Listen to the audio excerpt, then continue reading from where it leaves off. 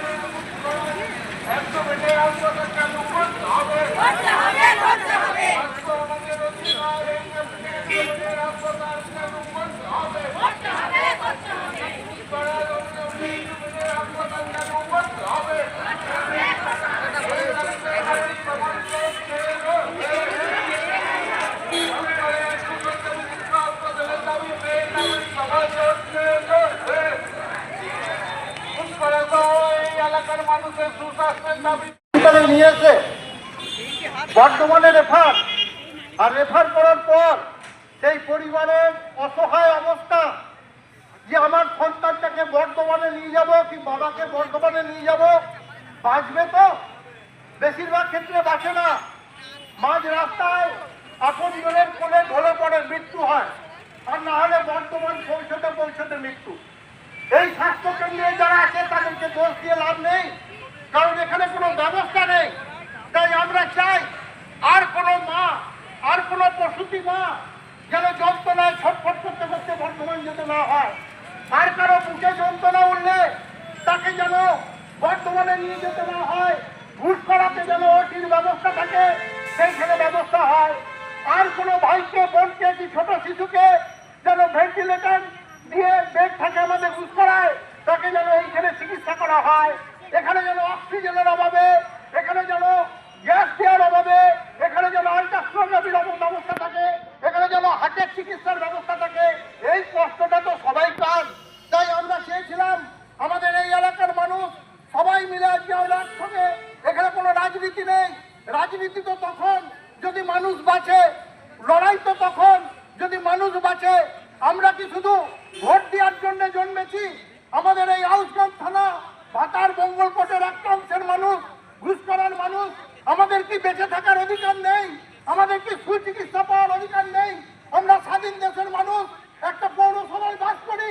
দিনের পর দিন আমাদের ঘরের মা বোনেরা, আমাদের ঘরের বাবা কাকারা বহু জনা কোল ছাড়া হয়ে গেছে। যদি ঘুষ করার সঠিক চিকিৎসা হতো তাহলে তাদেরকে মরে যেতে হতো না, তাদেরকে অকালে চলে যেতে হতো না। তাই আজকে আসুন আমরা সবাই প্রতিজ্ঞা করি, আর যেন আমাদের কোনো নিকট আত্মীয়কে, আমাদের কোনো পাড়া প্রতিবেশীকে, আমাদের কোনো নিজের লোককে আর যেন না হারাতে হয়। এটা আমাদের দাবি, এটা আমাদের অধিকার। আমরা আমাদের অধিকার বুঝে নেব। তাই আজকে আমাদের সঙ্গে কলকাতা থেকে এসেছেন, আপনি আপনারা জানেন, ডক্টর সুবর্ণ গোস্বামী। আমাদের ঘুষখোর সেই লোকটা ডক্টর শ্যামল দাস আছেন, যার জন্য আমাদের এই এলাকার মানুষ, অনেক মানুষ বেঁচে আছেন। আমি ডক্টর সুবর্ণ গোস্বামীকে কিছু বলার জন্য অনুরোধ করব। তারপর আমরা ডাক্তারবাবুদেরকে নিয়ে হসপিটালে যাব, আমরা লিখিত ডেপুটেশন দেবো। তারপর যেখানে যেখানে যেতে হয় আমরা যাব। কিন্তু আমাদের এলাকায় হসপিটাল আমরা দাবি করছি। আজকে এই কটা লোক, আমি জানি এর পরের দিন যখন বেরোবো আপনারাও আমাদের সঙ্গে থাকবেন। আমি ডক্টর সুবর্ণ গোস্বামীকে আমি কিছু বলার জন্য অনুরোধ করছি।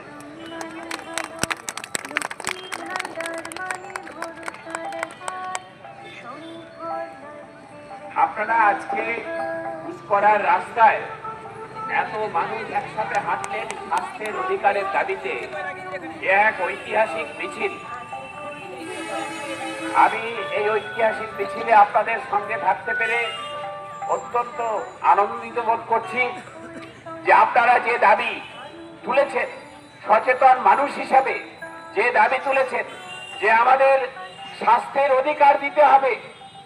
স্বাস্থ্যের অধিকার মানে সুস্থ থাকার অধিকার, অর্থাৎ নিরাপদ পানীয় জল সরবরাহ আমাদের অধিকার, আমাদের সুস্থ কর্মসংস্থান আমাদের অধিকার, পুষ্টি সংস্থান আমাদের অধিকার, শান্তিতে বসবাস করা আমাদের অধিকার, উপযুক্ত স্বাস্থ্যকর আবাসন আমাদের অধিকার, নিকাশি ব্যবস্থা, বৈজ্ঞানিক নিকাশি ব্যবস্থা আমাদের অধিকার, তার পাশাপাশি রোগ হলে চিকিৎসার জন্য আধুনিক হাসপাতাল পাওয়া সেটাও আমার অধিকার। আর সেই অধিকার আদায়ের জন্য আপনারা দীর্ঘদিন ধরে লড়াই করছেন। আজকে যে আপনারা একত্রিত হয়েছেন সেই লড়াইয়েরই অঙ্গ। আপনারা জানেন আমাদের দেশ এবং রাজ্যে বড় বড় কর্পোরেট হাউস আম্বানি আদানিদের হাতে সমস্ত কিছু বেচে দিচ্ছে যাতে তারা লাভ করতে পারে। আমরা বলেছিলাম যে চিকিৎসা ব্যবস্থাটা আর শিক্ষা ব্যবস্থাটা বেচে দেবেন না, এটা গরিব মানুষ কিনতে পারবে না। গরিব মানুষের হাতে কাজ নেই, পেটে ভাত নেই, তাদের ছেলে মেয়েরা কি লেখাপড়া শিখবে না? তাদের বাড়ির মানুষ অসুস্থ হলে তারা কি চিকিৎসা পাবে না? অন্তত এইগুলোতে ব্যবসা করতে দেবেন না, কিন্তু সরকার শোনেনি। সেই জন্যই বড় বড় ঝাঁ চকচকে কর্পোরেট হাসপাতালগুলো হয়েছে, যেখানে আপনি ঢুকলেই হচ্ছে রাতারাতি আপনার বিল লাফিয়ে লাফিয়ে লক্ষ লক্ষ লক্ষ টাকা উঠবে। চিকিৎসা কি হচ্ছে আপনি জানতেও পারবেন না। এবং এই যে আজকে দেখুন গুসকরা শহরে প্রাথমিক স্বাস্থ্য কেন্দ্র একটা আছে, তার পরিকাঠামোর গত 15 বছর 20 বছরে কোনো উন্নতি কারোর চোখে পড়েনি, শুধুমাত্র একটা নীল সাদা গেট বসা ছাড়া। নীল সাদা গেট বসালে কি সে চিকিৎসা করবে? নাকি হচ্ছে যে চিকিৎসকরা, নার্সরা, স্বাস্থ্যকর্মীরা মুখে রক্ত তুলে এখানে পরিশ্রম করছেন, তাদের সংখ্যা বাড়ালে, বেডের সংখ্যা বাড়ালে, ওষুধ বাড়ালে, যন্ত্র বাড়ালে তবে চিকিৎসা হবে।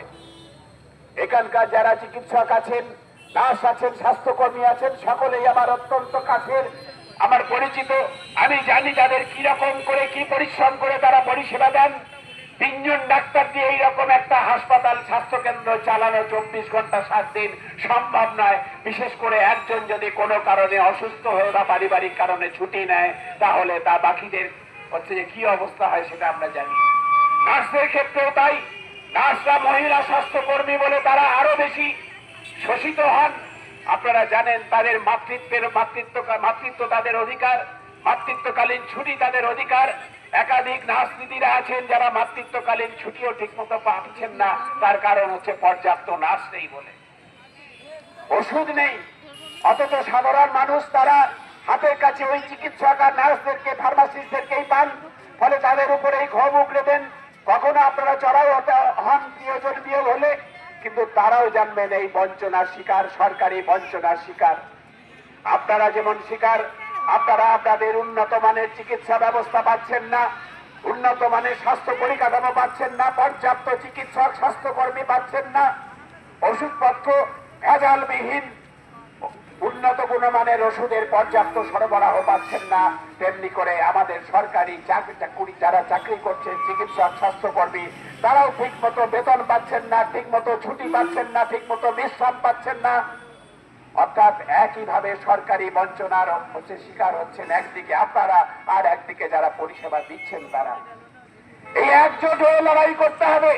সেই জন্যই আমি আপনাদের সামনে আজকে এসেছি যে সরকারি বঞ্চনার কাউকে নয়, গরিব মানুষকে, বিশেষত যে গরিব মানুষ যারা বাজারে কিনে খেতে পারবে না, স্বাস্থ্য পরিষেবা কিনে নিতে পারবে না, এখান থেকে যখন পেশেন্ট রেফার করা হয়, সব কটা পেশেন্ট যে মেডিকেল কলেজে হাসপাতালে গিয়ে পৌঁছায় তা নয়, মাঝপথে দালাল চক্র তাদেরকে এই বালি মাফিয়াদের টাকায় গড়ে ওঠা যে নার্সিং হোমগুলো আছে সেইখানে নিয়ে গিয়ে ভর্তি করে দেয় আপনাদের, আর বলে স্বাস্থ্য সাথী কার্ড আছে তো কি, তার বাইরে মাত্র 20,000 টাকা লাগবে, 25,000 টাকা লাগবে বলে আপনি আপনার বাড়ির লোককে বলেন, ওরে আমার পোষা ছাগলটা, পোষা মুরগিটা বেচে দে, ঘটিটা বাটিটা বন্ধক দিয়ে টাকা নিয়ে আয়, আগে প্রাণ বাঁচুক তারপর দেখবো। ঋণগ্রস্ত হয়ে যাচ্ছে মানুষ। স্বাস্থ্য বাঁচাতে গিয়ে, আত্মীয় স্বজনকে, পরিবারের লোকজনকে বাঁচাতে গিয়ে ধার করছেন, ঋণ করছেন, এবং তারপরে সেটা শুধতে পারছেন না। শুধবেন কি করে? কারণ 100 দিনের কাজ, যেটাও আপনারা লড়াই করে আদায় করেছিলেন, কেউ দয়া করে আপনাদের দেয়নি। সেই কাজের থেকে, টাকা থেকেও মজুরি চুরি করে নিয়েছে একটা সরকার, একটা শাসক দলের লোক বলে, আর একটা শাসক দলের লোক সরকার চালায় দিল্লিতে, তারা সেই কাজটাই বন্ধ করে দিল চোর ধরাবাদ দিয়ে। তাহলে গরিব মানুষ কাজ পাচ্ছে না, তার হাতে টাকা নেই, বলছে আমি তো 2 টাকা কেজি নাকি চাল দিচ্ছি, বিনা পয়সায় চাল দিচ্ছি। শুধু চালের ভাত খেয়ে বলুন তো কার পুষ্টি হতে পারে? আপনার ডাল কেনার টাকা নেই, সবজি কেনার টাকা নেই, ফল কেনার টাকা নেই, আপনার শরীরে রক্ত নেই, আর তারপরে স্কুলে মাস্টারমশাই নেই, ছোট ছোট ছেলেরা মেয়েরা তারা স্কুলে পড়া ছেড়ে দিচ্ছে, মাঝপথে স্কুল ছুট হয়ে যাচ্ছে, আর সেই স্কুল ছুট মেয়েদের অল্প বয়সে বিয়ে হয়ে যাচ্ছে, তারা মা হয়ে যাচ্ছে, এবং এই অল্প বয়সে মা যে কটা হচ্ছে তারা প্রত্যেকটা অত্যন্ত ঝুঁকি সম্পন্ন পোয়াতি মা। আর এই অল্প বয়সে আমি বলছিলাম এক মিছিল শুরু করবার আগে বারবার বলছি, অল্প বয়সে বিয়ে, অল্প বয়সে পোয়াতি মা হয়ে যাওয়া, গর্ভবতী হয়ে যাওয়া, এর দিকে পশ্চিমবঙ্গ এখন সারা দেশের শীর্ষে উঠে এসছে। এবং এই মায়েদের চিকিৎসা করবার জন্য যে ব্যবস্থা সেটা হচ্ছে যে আপনার স্বাস্থ্য কেন্দ্র দিতে পারছে না। তাহলে মানুষ কোথায় যাবে? আমাদের টাকাতে সরকার জগন্নাথ মন্দির করছে দীঘাতে, ওখানে বলেছে মহাকাল মন্দির করবে, ওখানে শিব মন্দির করবে, কেউ বলছে একটা মসজিদ করব। আচ্ছা, দেশে প্রতিটি পাড়ায় পাড়ায়, প্রতিটা মহল্লায়, আপনাদের প্রতিটা ওয়ার্ডে যদি 4টে করে মন্দির আর 6টা করে মসজিদ বা সবকটাই 10টা করে বানিয়ে দিই, তাহলে কি আপনারা কাল থেকে সুস্থ হয়ে যাবেন? কাল থেকে কি একটাও প্রসূতি মা মারা যাবে না? কাল থেকে কি প্রতিটা বাচ্চা স্কুলে যাবে?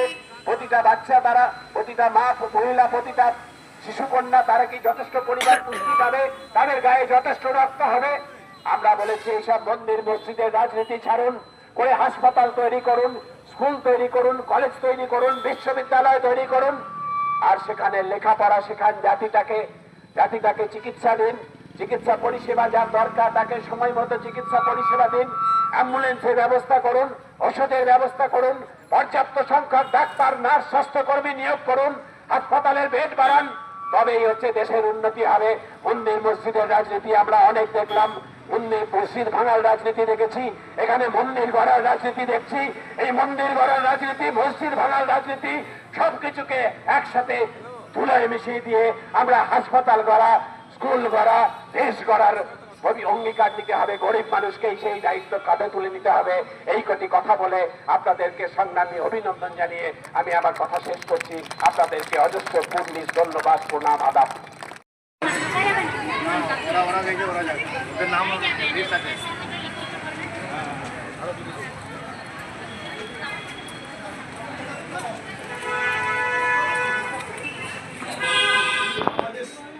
মানে সাথে আমরা সঙ্গে আছি এই ভেবে এবার বিএসএ নিচের কাছেও আমরা গেছিলাম। সঙ্গে থাকুন, এই নাগরিক সমাজের সাথে থাকুন, যাতে মানুষ সুস্থ হয়ে একটা রিসিপ্ট হ্যাঁ, রিসেন্টলি দিন একটা এখানকার মানুষটা একদম সুবিধা পাচ্ছে না। একটা হসপিটালের দাবি আছে আমাদের সবার। নাগরিক সমাজের সাথে আমরা ওনাদেরকেও দেখেছি, এটা আমরা উনি দেখেছেন, আমাদেরও কর্মী একজন এখানে করেন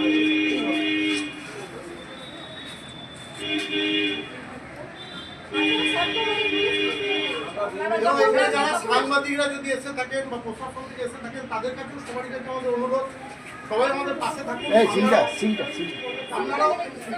আপনারাও আমাদের